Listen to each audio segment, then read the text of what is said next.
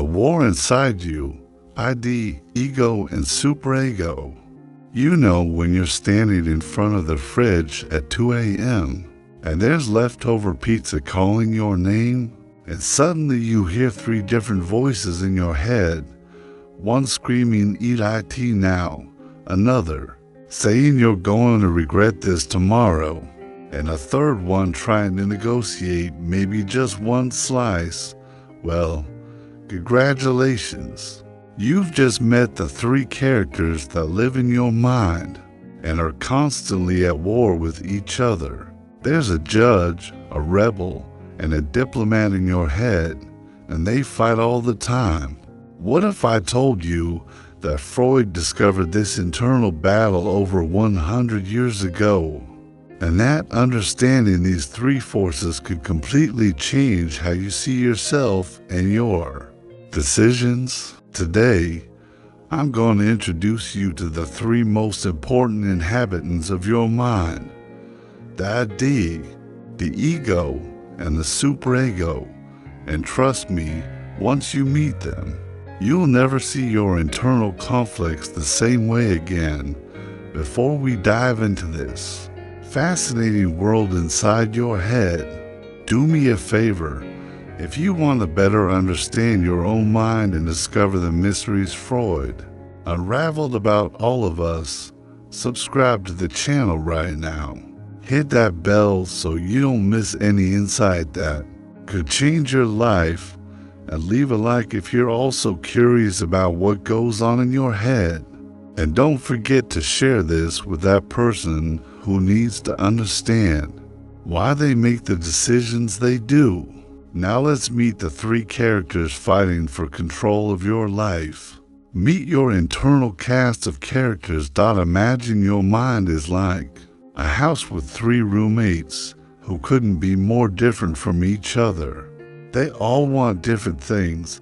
They have completely opposite personalities, and they're constantly arguing about every single decision you need to make.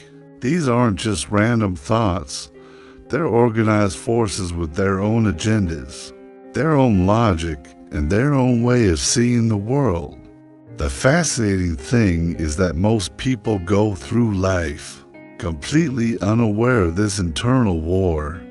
They think they're just being indecisive or having mixed feelings. But what's really happening is much more complex and interesting.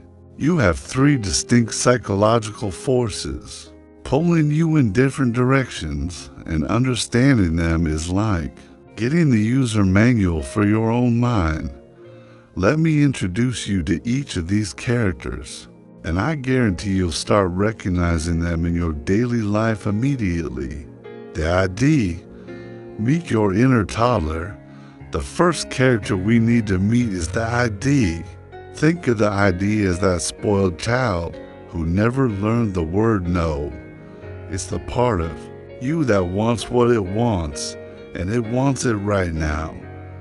The ID doesn't care about consequences, doesn't care about other people, doesn't care about tomorrow. It operates on what Freud called the pleasure principle. If it feels good, do it. If it hurts, avoid it. It's that simple. The ID is like having a permanent 2-year-old living in your brain. Remember how toddlers behave. They see a toy in the store, they want it immediately. They don't care that mom doesn't have money. They don't care that they already have toys at home. They don't care that it's not their birthday. They want it now, and they'll throw a tantrum until they get it. Your ID works exactly the same way. It's the voice that says, buy those shoes even though you're broke, eat the entire pizza. Tell your boss exactly what you think about them, stay in bed all day, or text your ex at 3 a.m. The ID doesn't think about credit card bills, doesn't think about your health, doesn't think about keeping your job, doesn't think about your dignity. It just wants immediate gratification. Here's what's really interesting. The ID is actually the oldest part of your personality. When you were a baby, you were pure ID. You cried when you were hungry. You demanded attention when you wanted it. You had no filter whatsoever. The ID is primal. It's instinctual. It's the raw engine of desire that drives us all. But here's the thing. If we only had the ID, we'd be in serious trouble. Imagine if everyone just did whatever they felt like, doing at any moment. Society would collapse in about 5 minutes.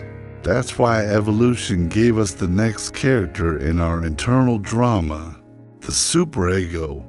Meet your internal judge. On the complete opposite side, we have the superego. If the ID is a spoiled toddler, the superego is like having a strict judge living. In your head, it's the voice of morality, conscience, and social rules. The superego is constantly telling you what you should do, what you shouldn't do, what's right, what's wrong, what's acceptable, and what's shameful. The superego is like that friend who always points out when you're doing something wrong. It's the voice that says you shouldn't eat that cake. You should call your mother. You shouldn't be so lazy. You should exercise more.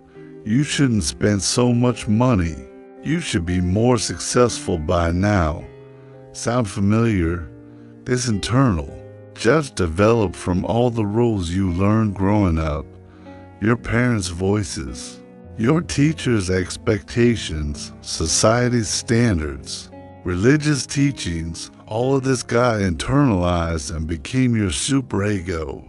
It's like you have a talking rule book in your head that never stops reminding you of what you're supposed to do.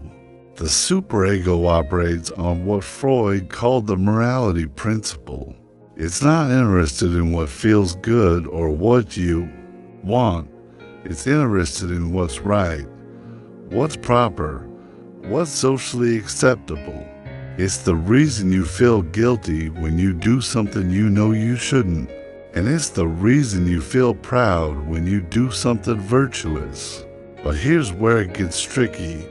The superego can be just as extreme as the ID. While the ID wants everything immediately, the superego wants you to be perfect all the time. It's never satisfied with your performance. You could donate $1 million to charity, and your superego will find a way to make you feel guilty about not donating more, or not doing it sooner, or not being humble enough about it. The superego is that voice that makes you feel like you're never good enough, never doing enough, never being enough. It's the perfectionist, the critic, the one who compares you to everyone else and finds you lacking. If you've ever wondered why you're so hard on yourself, congratulations. You've met your SUP or EGO. The ego. Meet your internal diplomat. Now. Imagine you have a spoiled toddler and a harsh judge living in the same house, and they're constantly fighting. The toddler wants ice cream for breakfast. The judge says that's completely inappropriate. The toddler wants to stay up all night playing video games. The judge says that's irresponsible. The toddler wants to tell everyone exactly what they think. The judge says that's socially unacceptable. This is where the third character comes in, the ego. The ego is like the diplomat, the mediator, the one who has to deal with both the spoiled toddler and the harsh judge and somehow make decisions that keep everyone reasonably happy. The ego operates on what Freud called the reality principle. It's the part of you that lives in the real world, that understands consequences, that can think logically and make plans. The ego is the one who says, okay, I hear you want ice cream for breakfast, And I hear you saying that's unhealthy. How about we compromise and have yogurt with fruit instead? The ego is your conscious, thinking self.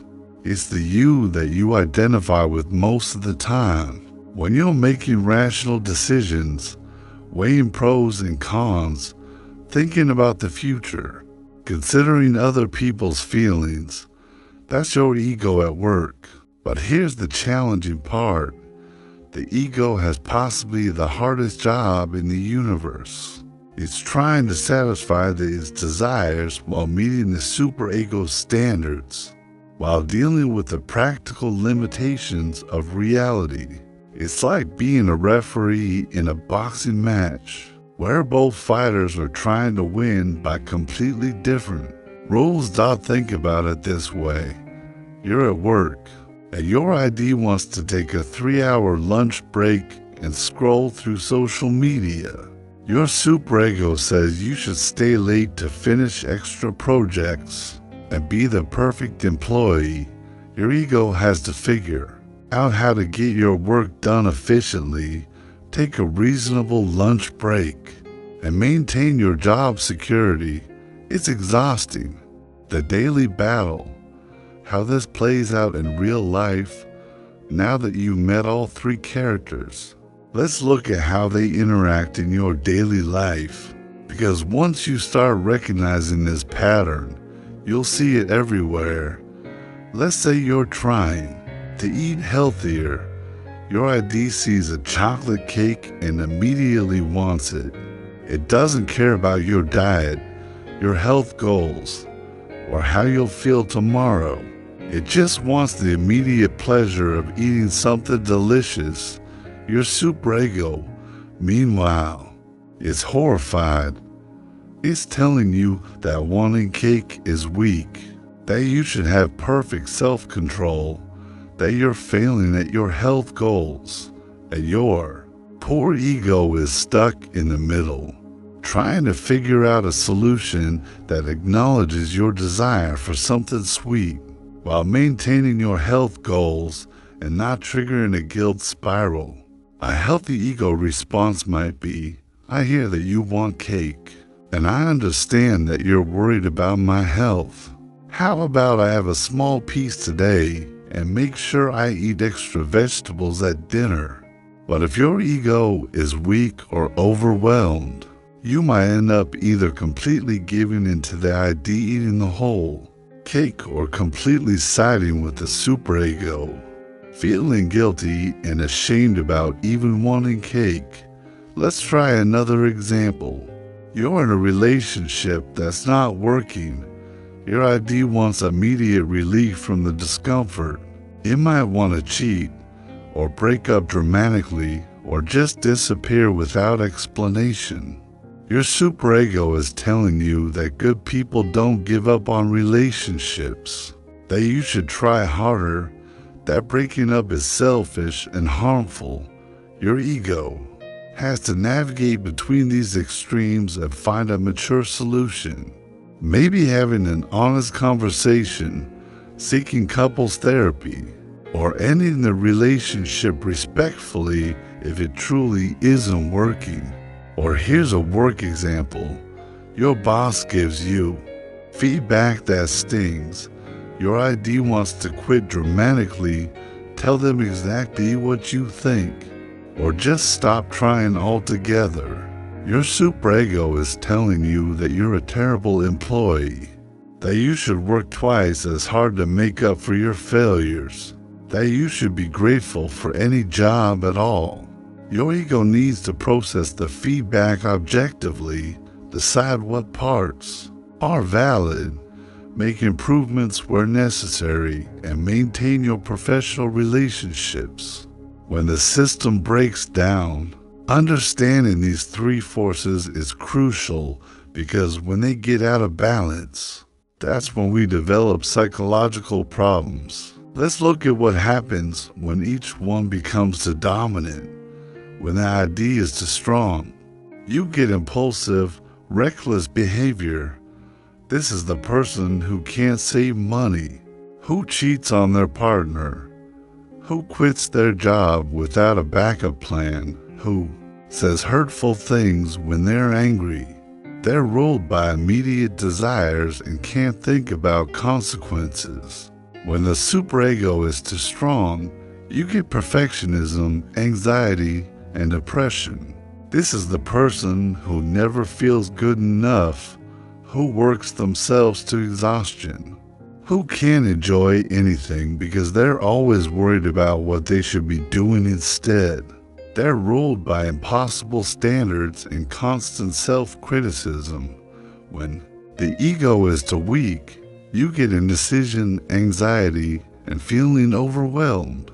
This is the person who can't make choices, who constantly second-guesses themselves, who feels pulled in different directions all the time. They can't effectively mediate between their desires and their conscience. The goal isn't to eliminate any of these forces. You need all three. The ID gives you passion, desire, and the drive to pursue what you want. The superego gives you moral compass, social awareness, and the ability to consider others. The ego gives you the ability to navigate reality effectively and make decisions that serve your long-term well-being. Modern applications, your internal war in the digital age. This internal battle has become even more complex in our modern world. Social media, for instance, is like rocket fuel for the ID. Every time you scroll through Instagram or TikTok, your ID is being stimulated with immediate gratification. You get little hits of dopamine from likes, comments, and endless content. Your ID loves this. It's like a digital candy store that never closes. Meanwhile, your superego is having a field day with social media comparison. It's constantly showing you evidence of how you're not successful enough, not attractive enough, not having enough fun, not traveling enough. Your superego takes all these curated highlight reels and uses them as evidence that you're failing at life. Your poor ego is trying to manage this chaos. It's trying to use social media in a way that's actually beneficial. Staying connected with friends, learning new things, enjoying entertainment, while managing the ID's impulse to scroll endlessly and the superego's tendency to compare and criticize or think about online shopping. Your ID sees something it wants and can buy it with one click. No waiting, no consideration, just immediate gratification. Your superego might be telling you that spending money on yourself is selfish, or conversely, that you deserve to have nice things and should buy even more. Your ego is trying to figure out if you actually need the item, if you can afford it, and if it aligns with your values and goals. Even in relationships, technology has complicated this internal dynamic.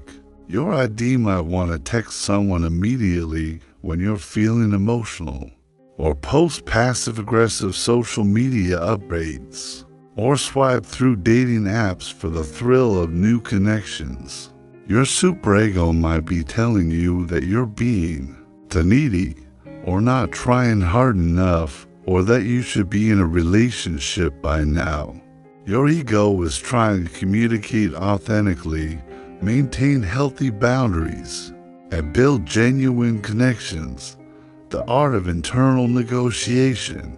The healthiest people aren't those who've eliminated internal conflict.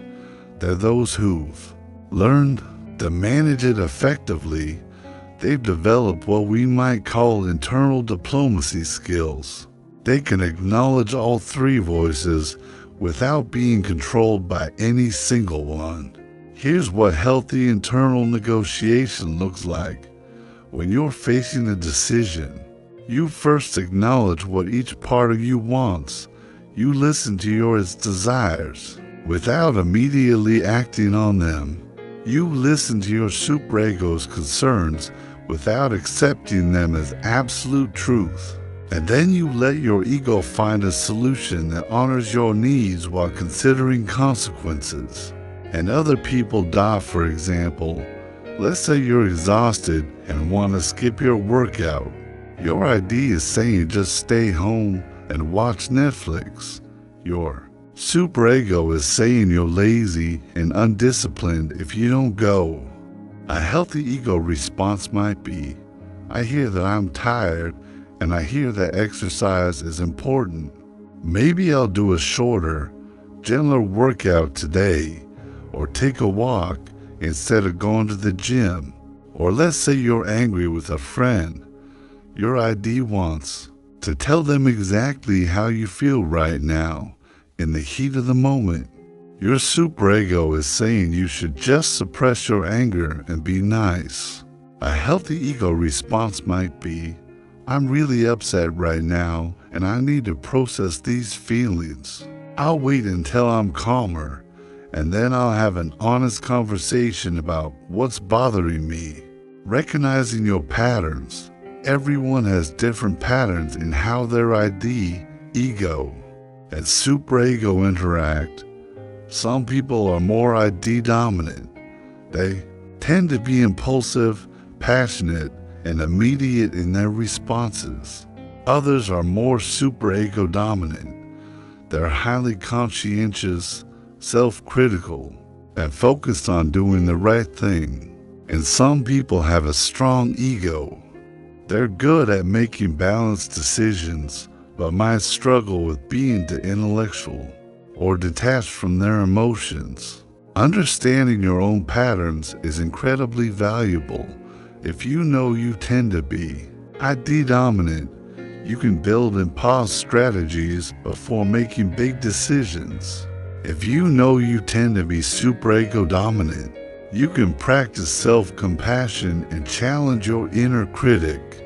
If you know you tend to be ego dominant, you can make sure you're not suppressing your emotions or desires in the name of being rational.